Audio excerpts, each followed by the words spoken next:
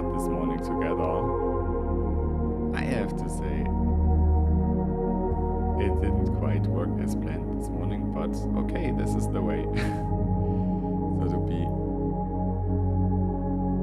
calm and happy anyways. So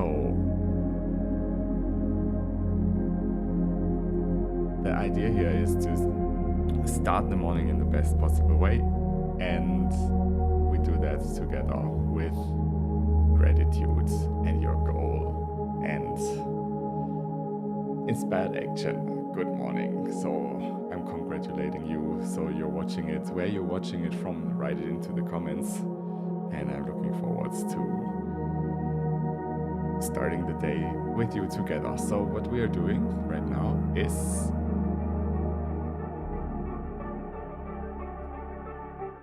to start the day together with a breathing exercise and going into the frequency of our heart. And I'm starting the countdown now. That is 2.5 minutes today.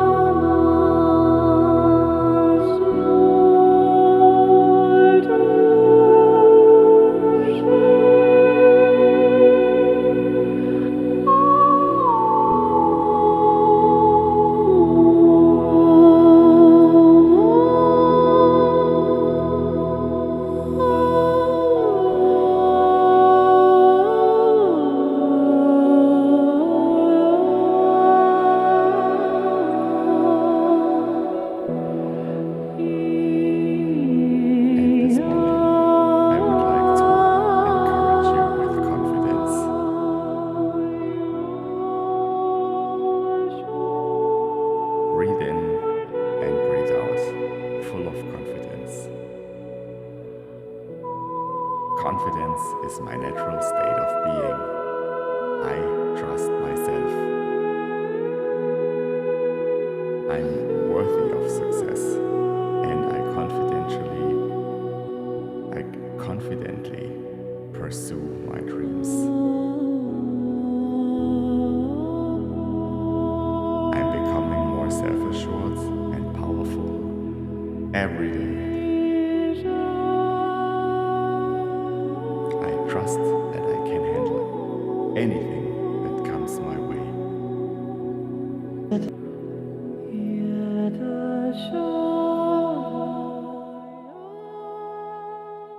Wonderful, and I see that more people are coming in through YouTube as well.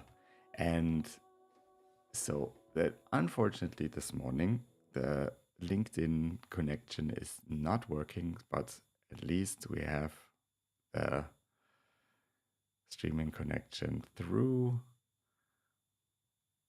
here, for example, through YouTube. And so what we're doing now is to go into the energy of gratitude and rewrite things we are grateful for the next 5 minutes.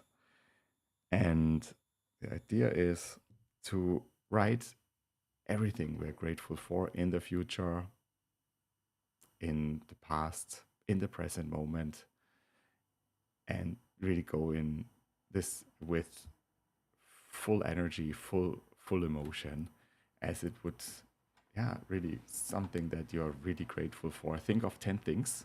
I have a book here. I'm always using the same book, writing it in. And after some days, I really have a great compilation of gratefulness here. So, wishing you a lot of fun doing it with the gratefulness. And I'm starting the countdown 5 minutes now.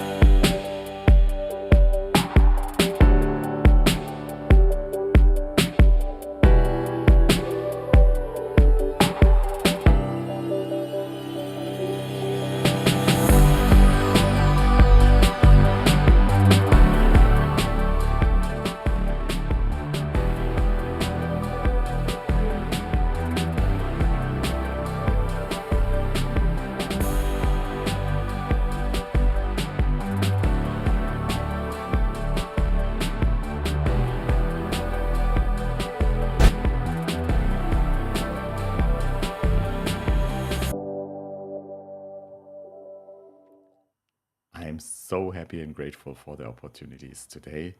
And we are starting this day together. Wonderful.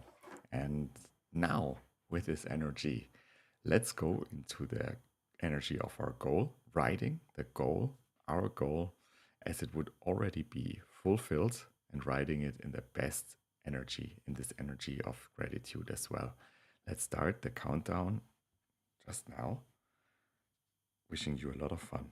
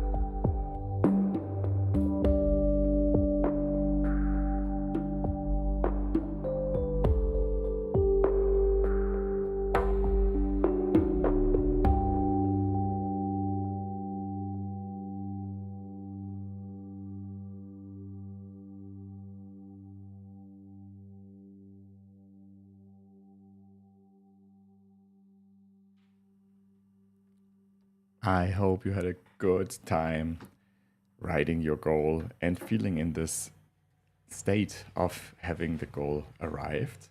And this is the important thing to then move on with confidence and with the energy to attract your goal. And the idea is not to write it in, like to pursue the result. So the result will come as you are in the state of moving confidently towards this goal. And now there is one final step missing and going into inspired action. So what are the actions that you need to do today to pursue this goal? And it's one step at a time, of course. But now, in about 10 minutes, when this session is over, so you have the time doing things that lead you towards this goal. So, what have you been procrastinating? For example, like going towards um, your offer, presenting your offer to others that you haven't been doing. So that is now the time to write it out as a daily action item into your agenda. I'm starting the countdown now. We have 2 minutes.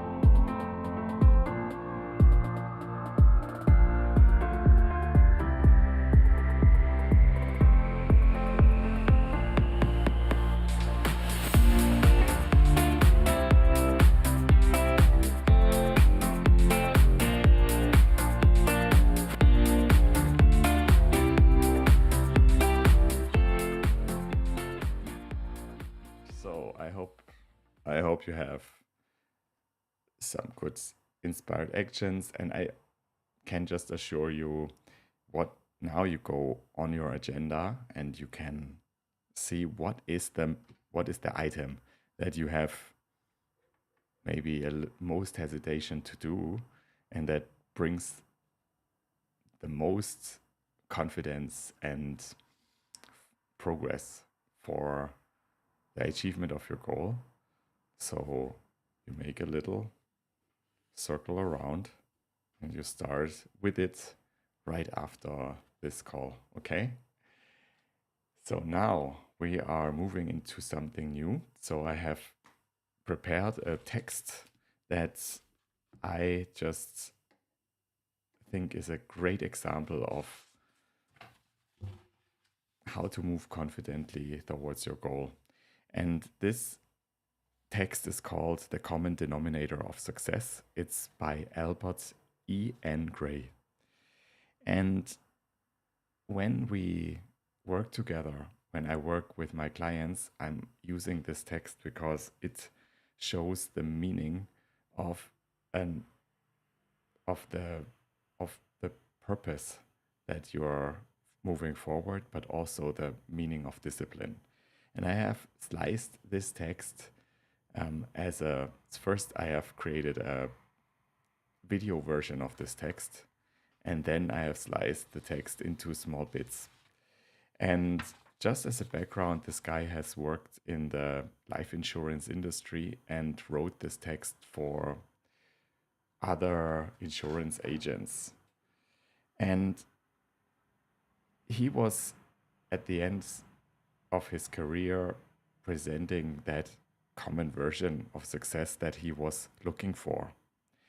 And so he writes that he realized further that the secrets for which he was searching must not only apply every definition of success, but since it must also apply to everyone to whom it was offered, it must also apply to everyone who had ever been successful. In short, he was looking for the common denominator of success, and because it is exactly what he was looking for, this is what he found. And here is the first part of the common denominator of success, how he defines it.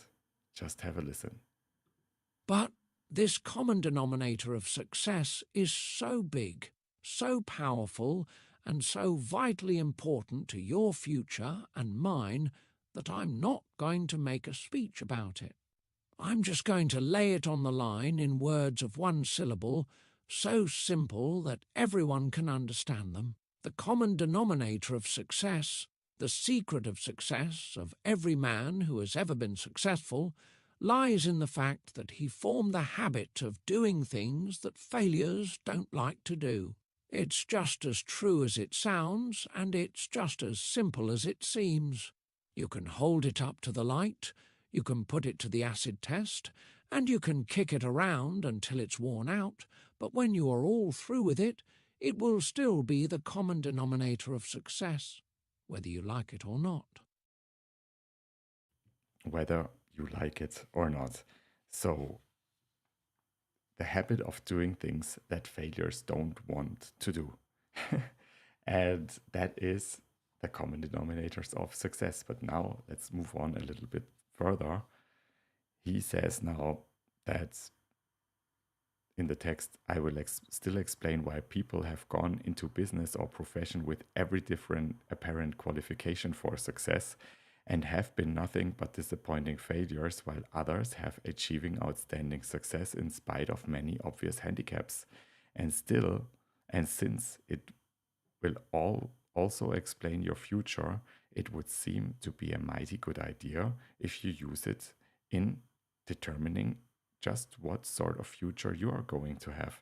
In other words, let's take this big all-embracing secret and boil it down to fit you. Okay? And so let's now listen into the second part of the secret of the common denominator of success. If the secret of success lies in forming the habit of doing things that failures don't like to do, let's start the boiling down process by determining what are the things that failures don't like to do. The things that failures don't like to do are the very things that you and I and other human beings, including successful men, naturally don't like to do. In other words, we've got to realize right from the start that success is something which is achieved by the minority of men, and is therefore unnatural and not to be achieved by following our natural likes and dislikes, nor by being guided by our natural preferences and prejudices.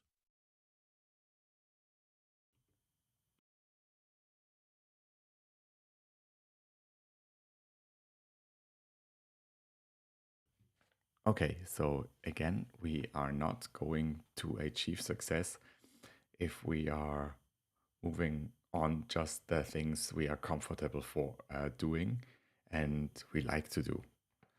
The things that failures don't like to do in general are too many and too obvious for us to discuss them here. And so, since our success in every endeavor lies in our ability to persuade others to do what we would like them to do, let's move on to a discussion of the things we don't like to do. Here too, the things we don't like to do are too many to permit a specific discussion. But I think they can all be disposed by saying that they all emanate from one basic common dislike common to us. So what's this common dislike? Let's listen in.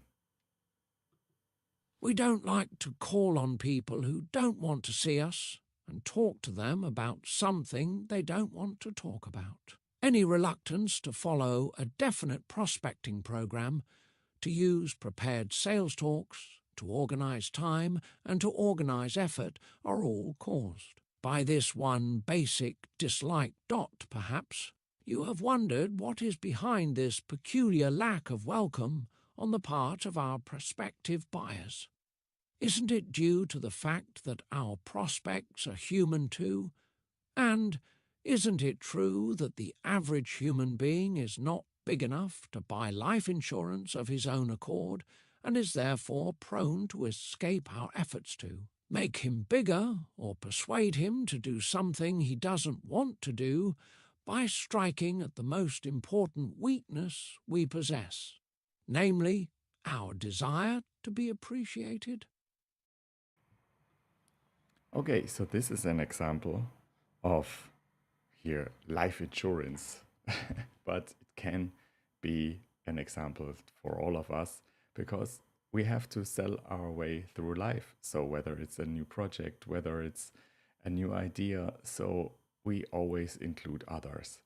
And so here we make a stop for today, but I am inviting you to, yeah, of course, go out of your comfort zone.